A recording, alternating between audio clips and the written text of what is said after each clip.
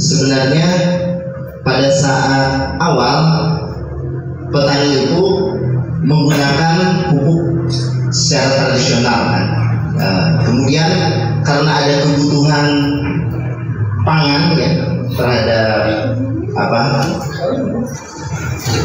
penduduknya yang semakin bertambah, kemudian kebutuhan akan pangan semakin tinggi. Nah, kemudian juga ditemukan teknologi terkait dengan pembuatan pupuk kimia. Nah, sehingga terjadi revolusi hijau, ya, di mana produksi pangan itu tinggi, ya, pada awalnya. Kemudian penggunaan pupuk kimia juga semakin banyak, ya, semakin tinggi. Ya, terasa sekarang bagaimana ketergantungan pertanian kita terhadap pupuk kimia, sehingga apa? Lambat laun tanah menjadi kritis, ya. Karena apa? Kemarin sudah ada dijelaskan oleh Bu Dr. Dia. Nah, kemarin kesuburan tanah itu ada berapa komponen? Ada berapa komponen? Ada tiga. Ada apa? Fisik, kimia, dan biologi. Ya. Seperti kemarin sudah dijelaskan bahwa yang pupuk kimia itu hanya mensuplai dari sisi apanya? Dari sisi unsur hara. Sedangkan dari fisik dan biologis itu cenderung negatif, ya. Jadi biologisnya cenderung banyak kontranya. Kemudian dari segi fisik juga itu cenderung merusak struktur fisik dari tanah, ya. Jadi tanahnya sehingga menjadi kritis. Nah, karena penurunan kualitas tanah, tentunya biaya produksi juga semakin tinggi karena semakin banyak unsur hara. Kalau pertanian yang dilakukan secara intensif, apa yang terkuras di dalam tanah? Unsur haranya. Sehingga unsur hara yang dibutuhkan untuk mengejar produksi tinggi itu juga memerlukan biaya yang tinggi. Kemudian pangan dan lingkungan menjadi tercemar. Bapak Ibu pernah melihat di sini yang ada danau di mana, ya? Di sini juga danau, ya. Hanya di sini tidak ada aktivitas pertanian di sekitarnya. Tapi Bapak Ibu bisa melihat di tempat yang aktivitas pertaniannya tinggi. Misalnya di pinggiran danau itu banyak sawah. Apa yang terjadi biasanya? Apa yang subur? Tumbuhannya di danau itu subur, ya. Ada banyak apa? Biasanya ditemukan eceng gondok, ya. Eceng gondok menjadi subur karena apa? Itu limpasan air dari yang terbawa oleh air hujan.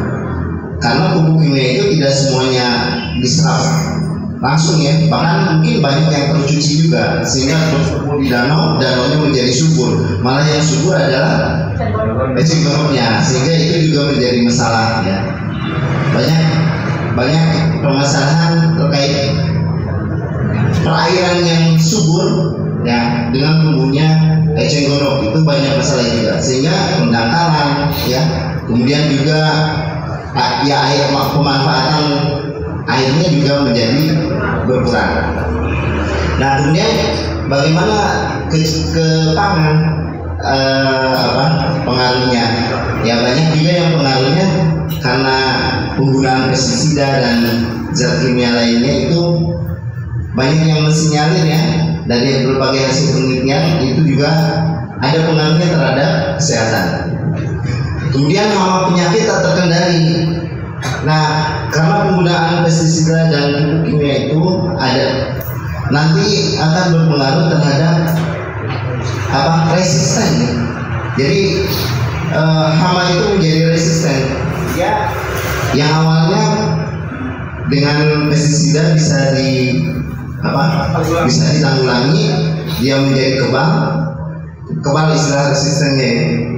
Jadi dia punya anak yang lebih kebal lagi, lebih tinggi lagi pestisida yang digunakan, sehingga hama dan penyakit suatu waktu bisa disebutnya ada ledakan meredakan hama dan penyakit. Pernah dengar Bapak Ibu kalau di suatu tempat yang banyaknya adalah ular aja? Pernah dengar ya? Atau ular saja gitu? Tikus, betul. Nah, itu juga salah satu akibat dari penggunaan pupuk kimia dan pestisida yang berlebih ya. Kemudian, nah, dengan adanya revolusi hijau ini, kita juga melihat bahwa karena kesadaran dari konsumen, apalagi kemarin setelah kita melewati masa pandemi ya, 4 tahun lalu mungkin ya, berapa? 4 atau 5 tahun? 4 tahun ya. Ya, itu ada pergeseran selera konsumen. Sehingga, nah ini ada keinginan kembali kita untuk kembali alami ya. Nah, jadi pengolahan lahannya yang berkelanjutan dengan penggunaan pupuk organik. Nah, makanya ini pupuk organik ini ya selain fungsinya untuk memperbaiki sifat fisik, kimia dan biologi, juga ini mempunyai sisi dari peluang ekonomi ya buat yang memproduksinya, gitu ya. Ini kira-kira pendahuluannya seperti itu. Unsur hara makro sama mikro ini ya sudah ada juga slide yang kemudian kemarin. Ini pupuk itu ada organik alami, kimia buatan ya. Kemudian yang organik alami ini ada pupuk kandang, pupuk hijau, humus ya, kompos, kemudian organik pabrikan. Nah, kemarin sempat dibahas Pak Doni ya, ini kenapa namanya bukan itu aja, kompos aja gitu ya. Ini kalau kompos memang cenderung pemurniannya awalnya itu secara alami ya. Kalau dibantu dengan fermentasi itu ini yang menjadi fokus kita hari ini ya. Jadi menjadi ditambah dengan upaya kita memfermentasi sehingga lebih banyak hal yang kita ambil keunggulannya. Kalau pupuk kandang kan sudah tahu kok ya, pupuk hijau dari dedaunan. Humus adalah bagian topsoil ya, bagian atas dari tanah yang berasal dari bahan organik yang sudah terdekomposisi, terurai ya dengan sempurna. Karena ada yang tidak sempurna. Bapak Ibu tahu yang tidak sempurna terurainya itu gambut. Gambut itu adalah bahan organik dari dedaunan, selasa juga sama, tapi tidak terurai secara sempurna sehingga menjadi gambut. Kalau di wilayah Kalimantan, Sumatera gitu ya. Nah, kemudian organik pabrikan itu bahan organik yang diproduksi secara massal ya. Nah, ini jadi pupuk berdasarkan bahannya ini kita sudah bahas kemarin. Saya Pestal dari KTH Komuni Petir. Pak Cesar ya? Iya. Mohon izin bertanya Pak. Iya. Di antara pupuk organik ini kan ada banyak pilihan nih, pupuk kandang, pupuk hijau, humus, kompos, organik pabrikan dan bugasi.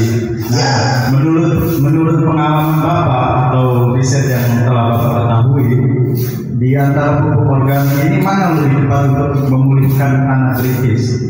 Karena latar belakangnya tadi kan karena tanah kritis juga makanya menggunakan pupuk. Nah, di antara pupuk organik ini mana yang lebih tepat untuk memulihkan tanah kritis? Menurut riset yang Bapak ketahui. Ya, mungkin kita dari hasil baca juga ya. Kalau memulihkan apa tadi tanah kritis. Nah, tanah kritis itu biasanya cirinya apa? Kering ya, kering terus apa lagi? Tandus. Nah, kalau dari struktur kan memang kita kembalikan lagi ke yang tadi ya. Kita membuat pupuk untuk memperbaiki tanah dari 3 aspek gitu ya. Yang pertama itu dari aspek fisik ya, dari aspek biologis dan dari aspek apa satu lagi? unsur haranya. Ya. Nah, kalau menurut hemat saya dari ketiga itu coba kita lihat dari pupuk kandang. Pupuk kandang kemarin kecenderungannya unsur apa yang banyak? Nitrogen banyak, kemudian fosfor juga banyak. Ya, fosfor banyak. Jadi kalau misalnya pupuk kandang berarti dari unsur makronya ada kan? Ini dari aspek haranya dulu ya. Dari unsur makronya ada nitrogen, semuanya ada dan relatif tinggi ya dari semuanya. Yang paling tinggi memang domba, tapi dari ayam pun lumayan tinggi. Kemudian fosfor, ya, fosfor yang paling tinggi di ayam. Kemudian domba, kemudian sapi. Kalium yang paling tinggi dari domba. Kalsium. Kalsium termasuk mikro atau makro? Ya, ini makro. Mikro. Oke. MG mas mikro ya. Hijauan daun hanya unsur apa aja? Hijauan daun yang dominan. Karbon yang kering ya. Nah, terus kalau yang hijau nitrogen. Nah, sedangkan untuk fosfor dia dari hijauan daun kurang. Ya, ini gambarannya ini. Jadi kalau dibuat alternatif bahwa kalau komposisi itu sangat penting dalam pembuatan pupuk organik. Makanya inputnya yang sudah kita ketahui dari hasil penelitian sebelumnya itu apa yang ingin kita jadikan outputnya. Misalnya kalau kita cukup nitrogen aja dari hijauan daun sama yang kering, yang karbon, yang penting cukup gitu ya. Kemudian kalau hijauan daun aja itu kan unsur kimia yang kita perhatikan, unsur haranya. Nah sekarang dari struktur fisiknya, kira-kira mau dicampur apa untuk mengubah untuk memperbaiki struktur fisiknya dari tanah, dari lahan kritis itu? Ditambah apa biasanya? Belum. Kalau itu mikroba ke biologi. Kalau yang fisik itu biasanya ditambah dengan skam.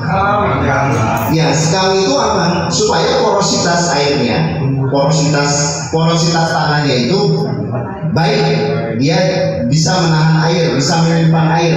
Nah itu kan memperbaiki sifat fisik ya. Jadi skam tadi, misalnya apalagi yang sifatnya bisa menyimpan air. Yang kemarin kokopit. Nah kokopit itu ya pakai saja itu. Nah itu untuk memperbaiki struktur. Nah sekarang kalau yang biologinya baru kita kaitkan dengan fermentasi ini. Jadi kita menambahkan efektif mikroorganisme ke dalam pupuk kita. Jadi dari bagaimana kita memperbaiki lahan kritis itu dari 3 aspek itu. Makanya komposisi di dalam pembuatan pupuk ini sangat penting. Untuk tujuan apa kita nanti pembuatan pupuknya itu? Ya supaya berimbang semuanya. Ya kita harus memperhatikan unsur-unsurnya apa aja. Jadi kalau misalnya, tapi ini nanti mungkin ada kendala pada saat kita mencari sumber bahan bakunya. Ya, karena kalau bahan bakunya susah dicari, kemudian mahal harganya, jadi tidak masuk gitu kalau secara ekonomi. Nah itu juga menjadi pertimbangan Bapak dan Ibu. Ya, mungkin itu jawaban sementara ya. Bokashi itu berasal dari kata dalam bahasa Jepang yang berarti bahan organik yang telah difermentasikan dengan teknologi IM. Dengan teknologi IM. Kenapa teknologinya disebut IM? Bukan IM4 yang kuning itu yang apa? Yang di botol kuning. Kenapa? Kalau IM4 itu produknya, brand. Ya, IM4 itu brand. Jadi itu produk yang diproduksi oleh satu pabrik gitu. Jadi sebenarnya bukan IM4, jadi IM aja, EM, efektif mikroorganisme sebenarnya. Jadi bahasa Indonesianya mikroorganisme efektif yang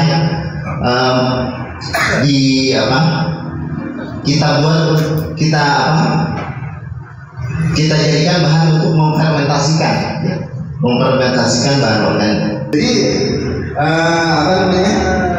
kalau dari yang diuji lab itu bukan sekedar unsur haranya. Kalau diuji lab itu semuanya, dari unsur fisiknya juga, kemudian dari unsur biologinya. Nanti teridentifikasi di dalam itu ada jenis apa saja. Bokasi secara prinsip itu komponennya sesederhana ini, Bu, Bapak. Jadi ada bahan organik, ya, kemudian ditambah air, ditambah mikroorganisme ini, ya. Jadi kalau nanti bahan organiknya apa saja yang mau kita masukkan, ya itu yang menjadi bermacam-macam. Unsur apa yang ingin kita tonjolkan itu yang jadi di outputnya yang kita ingin tonjolkan. Nah, jadi materi bahan organiknya yang bermacam-macam. Nah, kalau prinsipnya itu sesederhana ini, materi organik ditambah air, kemudian ditambah efektif mikroorganisme, ya. Kan kalau yang fisik ya, bahan-bahan organik itu kita kelihatan ya. Yang tidak kelihatan itu kan unsur hara dengan mikroorganisme, ya. Ini mikroorganisme kalau dilihat di gambar seperti ini kira-kira kasat mata juga atau enggak? Enggak, harus dilihat di mana? Di bawah mikroskop ya, gitu ya. Dan ini ada spesialis orang mikrobiologi yang terkait ini untuk mengidentifikasi bakteri atau jamur apa yang sifatnya mikroskopis ya. Nah, mikroorganisme itu adalah makhluk yang berukuran sangat kecil, hanya dapat dilihat dengan mikroskop, ya. Organisme, nah tentunya memang kalau di iklan-iklan ini juga ada ya Pak. Jadi ada mikroorganisme yang baik, ada yang merugikan, yang patogen. Ya, kalau yang baik itu meningkatkan pertumbuhan dan peremajaan, kemudian bisa juga organisme itu menyebabkan pembusukan, kontaminasi atau malah menyebabkan penyakit ya. Nah makanya kemarin kalau dari bahan baku yang dikatakan kemarin pembelajaran kemarin misalnya dari tulang itu bakteri patogennya banyak ya. Jadi itu yang harus kita antisipasi juga ya. Jadi mikroorganisme ini memang kita hanya bisa tandai di apanya kalau itu bekerja. Kira-kira kalau di lokasi bisa ditandai dengan apa indikatornya? Kalau dia mikroorganismenya bekerja pada saat kita mengolah. Kalau pada saat prosesnya itu akan ada peningkatan suhu. Suhu itu apa? Derajat panas ya. Dia jadi ada anget, ada panas. Nah, nanti itu diperlakuannya kalau diukur pakai bukan mikroskop, pakai termometer nggak boleh di atas 50. Ya, jadi kalau 50 itu 50 derajat Celcius itu kalau lebih dari itu harus diaduk selama prosesnya. Tapi kalau normal saja ya seminggu sekali harus diaduk. Ya, nanti ada di prosesnya untuk tahapan pembuatannya. Yang saya ingin garis bawahi bahwa mikroorganisme ini bekerja, kita hanya bisa nandain aja kalau ini hangat berarti sedang bekerja, sedang berproses. Kalau untuk pupuk padat.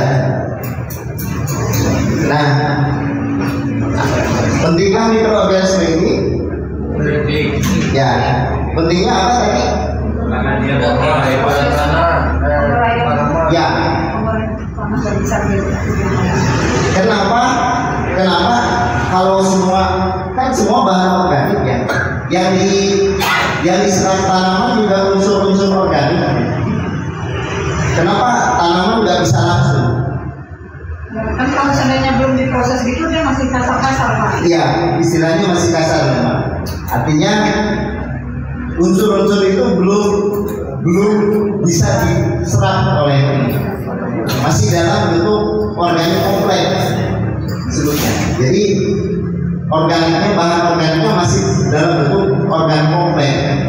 Nah, bahan organik ini diuraikan oleh mikroorganisme menjadi bahan organik yang sederhana, ya, sehingga dimudahkan untuk diserap oleh unsur tanaman dan juga oleh akar tanamannya, atau oleh daun juga kalau itu untuk pupuk daunnya.